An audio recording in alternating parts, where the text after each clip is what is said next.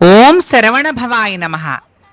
మేము భద్రాచలం నుంచి విజయవాడకు బస్సులో చేరుకొని అక్కడ కనకదుర్గమ్మ అమ్మవారి దర్శనం చేసుకొని అన్నప్రసాదాన్ని స్వీకరించి విజయవాడ నుంచి బస్సులో మోపిదేవి చేరుకున్నాము. ఈ మోపిదేవి క్షేత్రంలో సుబ్రహ్మణ్య స్వామి వారు శివలింగ రూపములోను సర్పరూపంలో కూడా భక్తులకు దర్శనమిస్తారు. ఈ ఆలయాన్ని చేరుకోవడానికి విజయవాడ బస్టాండ్ నుంచి అవనిగడ్డ లేదా మోపిదేవి వెళ్లే బస్సుల్లో ఇక్కడికి చేరుకోవచ్చు. ప్లాట్ఫామ్ నెంబర్స్ 25, 26 అనుకుంటాను, ఒకసారి చెక్ చేసుకోండి. విజయవాడ నుంచి దాదాపు 80 కిలోమీటర్ల దూరం వస్తుంది ఈ క్షేత్రం అనేది. బస్సెస్ అయితే మీకు అవైలబుల్ ఉంటాయి, టైమింగ్స్ ఒకసారి చెక్ చేసుకోండి. ఇక ఈ క్షేత్రానికి చాలా మంది భక్తులు సర్పదోష నివారణ కోసము, వివాహం ఆలస్యమయ్యేవారు వివాహం తొందరగా జరగడానికి, సంతానం ఆలస్యమయ్యేవారు తొందరగా సంతానం పొందడానికి కూడా ఈ క్షేత్రానికి ఎక్కువ మంది వచ్చి ఇక్కడ పూజలు నిర్వహించుకుంటారు. మేము అన్నదానం స్వీకరించి విజయవాడలో అన్నదానం స్వీకరించి ఇక్కడికి వచ్చాము. కానీ ఇక్కడికి రాగానే మెయిన్ టెంపుల్ క్లోజ్ లో ఉంది, కానీ టెంపుల్ ఆవరణలోనే అన్నదానం చేస్తున్నారనమాట. ఇక్కడ నిత్యాన్నదానం ఉంది 11:30 నుంచి 2 వరకు మధ్యాహ్నం, సాయంత్రం 7:30 నుంచి 8:30 లేదా 9 వరకు ఉంది. మేము రాగానే అన్నదానం చేస్తున్నారు. సో మళ్ళీ స్వామి ప్రసాదం దొరికింది కదా అనేసి మళ్ళీ ఒకసారి అన్నదానం చేసి అక్కడే స్వామి దర్శనం కోసం వెయిట్ చేశాము. ఇక్కడ మనం చూసేది నాగలింగ పుష్పాలు ఉండే చెట్టు అనమాట. ఇది ఇక్కడ దేవతా వృక్షంగా భక్తులు పూజిస్తున్నారు. దీనికి ముడుపులు కట్టి ఉయ్యాళ్ళు కట్టి వివాహం కానివారు సంతానం కానివారు దీని చుట్టూ ప్రదక్షిణలు చేస్తే గనక ఆ కోరికలు నెరవేరుతాయని అక్కడ రాసి ఉంది. భక్తులు దీన్ని నమ్ముతున్నారు.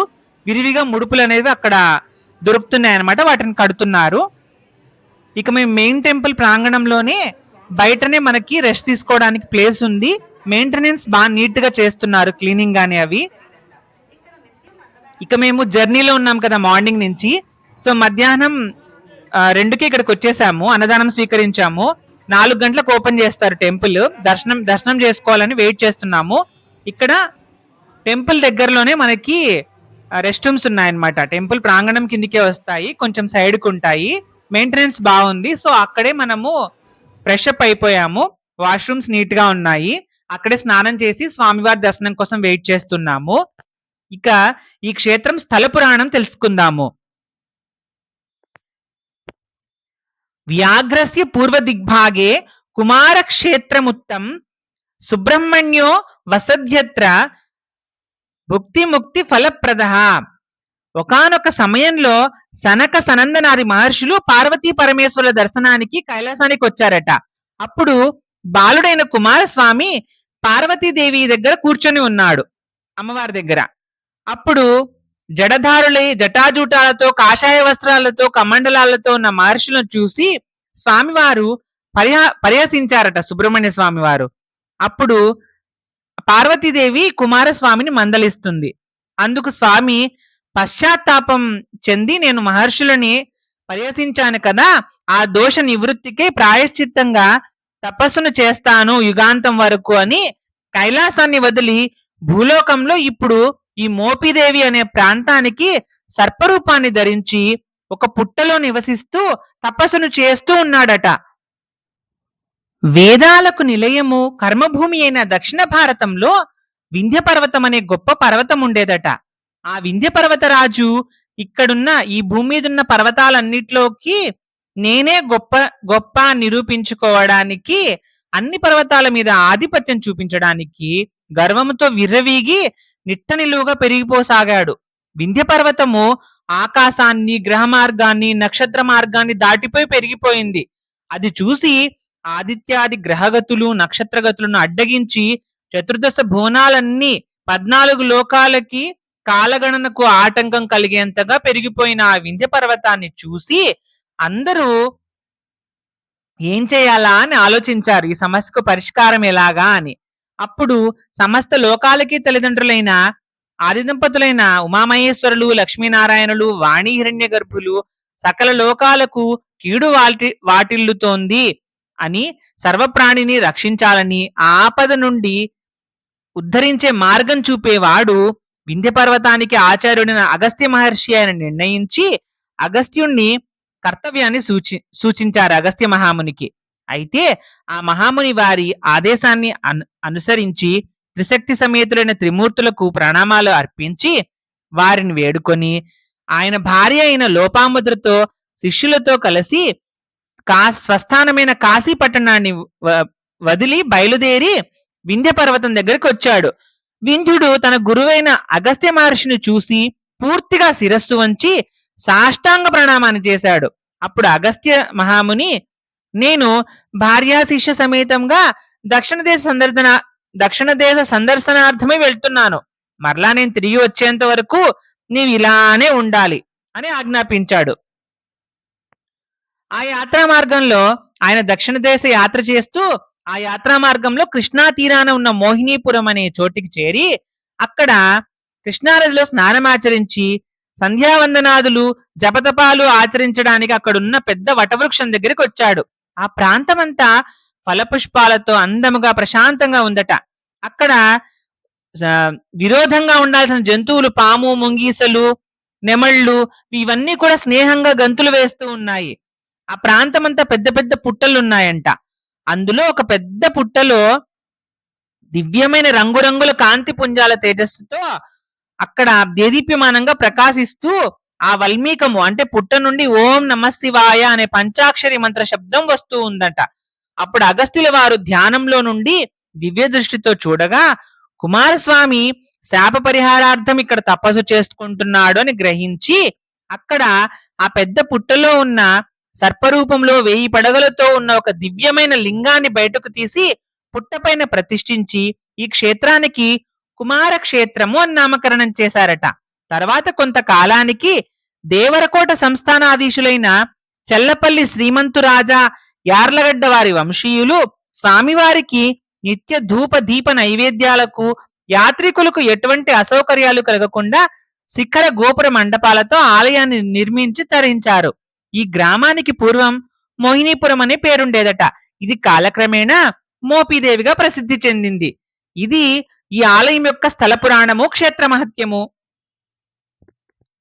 ఇక్కడికి ముఖ్యంగా సంతానం లేనివారు, వివాహం కానివారు, ఆర్థికంగా ఇబ్బందులున్నవారు, శత్రుభయం వెంటాడుతుండేవారు, రాహు కేతు కుజ సర్పదోషాలున్నవారు ఈ స్వామిని కొలిచి ఇక్కడ పుట్టు వెంట్రుకలు, చెవిపోగులు, అన్నప్రాసన, నామకరణలు, పూజలు, రుద్రాభిషేకాలు, నిత్య కళ్యాణములు, పూజలు చేసుకొని వారి కోరికలు నెరవేర్చుకొని స్వామివారి నిత్యాన్న ప్రసాదాన్ని స్వీకరిస్తూ శ్రీ కుమారస్వామి వారి కృపకు పాత్రులై తరిస్తున్నారు అని క్షేత్ర మహత్యము స్వామివారి మహిమలను మనకు తెలుపుతోంది.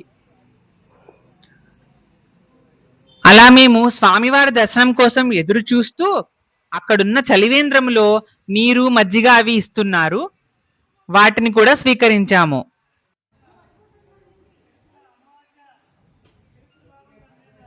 ఉదయం 5-6 నుండి దర్శనాలు ఉంటాయన్నారు. మధ్యాహ్నం 1 గంట క్లోజ్ చేస్తారు. మళ్ళీ ఈవినింగ్ 4 గంటలకలా తెరుస్తారనమాట ఆలయాన్ని. మాలాగా వచ్చిన భక్తులందరూ కూడా ఎదురు చూస్తున్నారు స్వామివారి దర్శనానికి. ఇది మెయిన్ ఎంట్రన్స్, అంటే ఎదురుగా రోడ్డు మీదకే ఉంటుంది అనమాట ఈ ఎంట్రన్స్. మనం ఇప్పటి వరకు చూసిన బ్యాక్ సైడ్ ప్లేస్ అంతా ఏంటంటే మనం అక్కడ నిద్ర చేయొచ్చు, రెడీ అవ్వడానికి వసతులు ఉన్నాయి, అన్నదానం ఉంది, దీపారాధన చేసుకోవచ్చు, ముడుపులు కట్టుకోవచ్చు. అదంతా టెంపుల్ లోపలికే వస్తుంది. దానికి ఇంకొక ఎంట్రన్స్ కూడా ఉందన్నమాట. అక్కడే మనకు మధ్యలో ప్రసాదం కౌంటర్ కూడా ఉంది. మనం లడ్డు ప్రసాదం కొనుక్కోవచ్చు. చెల్లపల్లి ఎస్టేట్ దేవాలయాలని చెప్పి 4 ఇచ్చారు అక్కడ. అందులో ఈ గుడి కాకుండా దుర్గా నాగేశ్వర స్వామి దేవస్థానము, కాకుళేశ్వర స్వామి, శ్రీకాకుళాంధ్ర విష్ణు దేవస్థానం కూడా వీళ్ళ కిందికే వస్తుందంట, చెల్లపల్లి ఎస్టేట్ కిందికే. ఇంకా వేణుగోపాల స్వామి కూడా. ఈ శ్రీకాకుళాంధ్ర విష్ణు దేవాలయం బోర్డు మనకి మచిలీపట్నం వచ్చే రూట్ లో కనపడుతుంది. మోపిదేవి వచ్చే రూట్ లో మనకు కనపడుతుంది.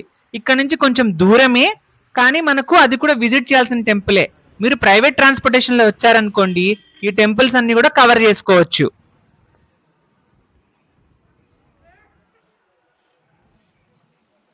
ఇది టెంపుల్ ఫ్రంట్ సైడ్ అన్నమాట. కుమారస్వామి, వల్లి దేవసేన సమేత అమ్మవారి విగ్రహాలు ఉన్నాయి. ఇక్కడ మన పూజా రుసుములు, ఏ కార్యక్రమాలకి ఎంత ఖర్చు అవుతుంది, ఆ డీటెయిల్స్ అన్ని కూడా పెట్టారు. మేము వెళ్ళిన రోజు సెలవు దినం ఉన్నట్టుంది. ఆ రోజు క్రౌడ్ అయితే చాలా మంది ఉన్నారు. కానీ దర్శనానికి పెద్ద ఇబ్బంది కాలేదు. నేను ఖాళీగా ఉండడం ఎందుకని రోడ్డుకి ఆపోజిట్ గా ఇంకో టెంపుల్ కనిపిస్తే సకలేశ్వర స్వామి దేవస్థానము, శివుడి గుడి, ఇంకా ఉపాలయాలు చాలా ఉన్నాయి. అది కూడా చూసుకొని వచ్చాను అనమాట 4 లోపు. జస్ట్ రోడ్డుకి ఇటు సైడ్ కుమారస్వామి గుడి ఉంటే ఆపోజిట్ రోడ్డుకి ఇది ఉందన్నమాట టెంపుల్. ఇది దీని ఉపాలయం అట, కుమారస్వామి ఆలయానికి ఉపాలయం ఇది. ఇక్కడ మనకు అందరు ఉన్నారు, మళ్ళీ గణపతి, సుబ్రహ్మణ్య స్వామి, నాగరాళ్ళు, ఆంజనేయ స్వామి వంటి ఉందంటే అది ఆంజనేయ స్వామి వాహనం అన్నమాట. సో ఆంజనేయ స్వామిది ఉంది. తర్వాత సువర్చల సహిత ఆంజనేయ స్వామి అనుకుంటాను, ఓపెన్ చేయలేదు. నేను బయట నుంచి దండం పెట్టుకొని తిరిగేసాను అనమాట. సరస్వతి దేవి అమ్మవారు, ఇంకా సకలేశ్వర స్వామి, పార్వతీదేవి అమ్మవారు, అందరి ఆలయాలు ఉన్నాయన్నమాట. మీరు ఓపెన్ చేసిన టైంలో ఉంటే మీరు మీ ప్లానింగ్ డిస్టర్బ్ కాకుండా ఉంటే ఇది కూడా చూసుకోండి. దానికి ఉపాలయమే కాబట్టి దీనికి కూడా అంత చరిత్ర ఉంటుంది అనుకుంటున్నాను. మేమైతే విజయవాడ నుంచి బస్సులో వచ్చాం కదా, రిటర్న్ కూడా మళ్ళీ బస్సులోనే వెళ్ళాము. ఎందుకంటే మచిలీపట్నం నుంచి మాకు ట్రైన్ ఉంది, ముందే బుక్ చేసుకుని ఉన్నాం వైజాగ్ కి ట్రిప్ అయిపోయాక. సో మచిలీపట్నం వరకు మనం వెళ్ళేసి అక్కడి నుంచి మేము వెళ్ళిపోయాము ట్రైన్ లో. మీరు గనక మచిలీపట్నం వరకు రైల్వే స్టేషన్ ఉంది కదా, మచిలీపట్నం వరకు మీరు డైరెక్ట్ ట్రైన్ లో అయినా రావచ్చు. అక్కడి నుంచి మళ్ళీ ప్రైవేట్ ట్రాన్స్పోర్టేషన్ ఉంటుందా లేదని నాకు ఐడియా లేదు, బస్సెస్ టైమింగ్ గానీ అది నాకు ఐడియా లేదు. డైరెక్ట్ విజయవాడ నుంచి వస్తే మాత్రం మీకు బస్సులు ఉన్నాయి, ఇబ్బంది ఏమి అనిపించదు. రిటర్న్ కూడా మీకు బస్సులు ఉన్నాయి, పెద్దగా ఇబ్బంది రాదు. బస్సులు కూడా మనకి టెంపుల్ ముందరే ఆగుతాయి అన్నమాట రిటర్న్ వెళ్ళేటప్పుడు కూడా. మళ్ళీ మీరు ఎక్కడికి వేరే చోటుకి వెళ్ళాల్సిన అవసరం లేదు. తర్వాత ఇక్కడ సమ్మర్ టైంలో మేము వెళ్ళింది లాస్ట్ ఇయర్. ఇక్కడ మనకి కొబ్బరి బొండాలు బాగా తక్కువ రేటుకి దొరుకుతాయి. మీకు టైం ఉంటే ఖచ్చితంగా టెంపుల్ ఆపోజిట్ లోనే ఉంది షాపు, అక్కడ తీసుకొని తాగండి, మంచిది కదా హెల్త్ కి. పైగా మనం వేరే ప్లేసుల్లో పోలిస్తే ఇక్కడ ఎందుకో గానీ కొంచెం కాస్ట్ తక్కువ అనిపించింది. అలా సకలేశ్వర స్వామి టెంపుల్ చూసుకొని మళ్ళీ మా ఫ్రెండ్స్ ఇద్దరు, మేము ముగ్గురం ఫ్రెండ్స్ వచ్చాం కదా, వాళ్ళిద్దరు ఇక్కడే ఉన్నారనమాట. ఇంకాసేపు అలా ఫోటోలు దిగి వీడియోలు తీసుకొని మెయిన్ టెంపుల్ లో దర్శనానికి అలౌ చేశారు 4 తర్వాత. ముందర ఇట్లా నందీశ్వరుడు ఉంటాడు, హారతి కూడా 2-3 సార్లు ఇచ్చారు. స్వామివారి దర్శనం అద్భుతంగా జరిగింది. పుట్ట ఉంటుంది, దానిపైన శివలింగ రూపంలో స్వామివారు ఉంటారనమాట.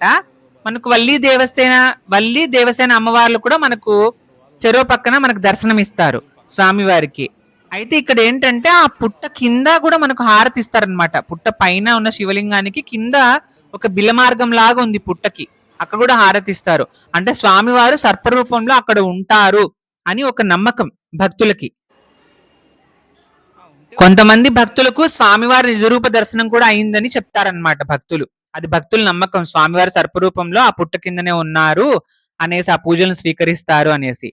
తర్వాత మేము ఇంకా అక్కడ దర్శనం చేసుకుని లడ్డు ప్రసాదం కొనుక్కొని బయటకు వచ్చేసి బస్ కోసం వెయిట్ చేసాము. అక్కడ కొబ్బరి నీళ్ళు తాగేసి మచిలీపట్నంకి వెళ్ళి అక్కడ కూడా ఒక చోట ఒక ఫ్రెండ్ కలిశాడు. అతను ఇక్కడ బాదం పాలు ఫేమస్ అంటే మళ్ళీ అక్కడ బాదం పాలు తాగి తర్వాత ఇంకా లోకల్ గా ఉన్న విఠల్ టెంపుల్ ఒకటి చూసుకొని తర్వాత మేము రైల్వే స్టేషన్ కి వెళ్ళిపోయాము, వైజాగ్ వెళ్ళిపోయాము. అక్కడికి ట్రిప్ కంప్లీట్ అయిపోయింది. మరిన్ని ఆలయాల విశేషాలను మరికొన్ని వీడియోల్లో చెప్తాను. ఈ వీడియో మీకు నచ్చితే లైక్ చేసి షేర్ చేయండి. ఇలాంటి మరిన్ని వీడియోల కోసం ఈ ఛానల్ ని సబ్స్క్రైబ్ చేయండి. మీ అభిప్రాయాన్ని కామెంట్ సెక్షన్ లో తెలియజేయండి. ఓం శరవణ భవాయ నమః.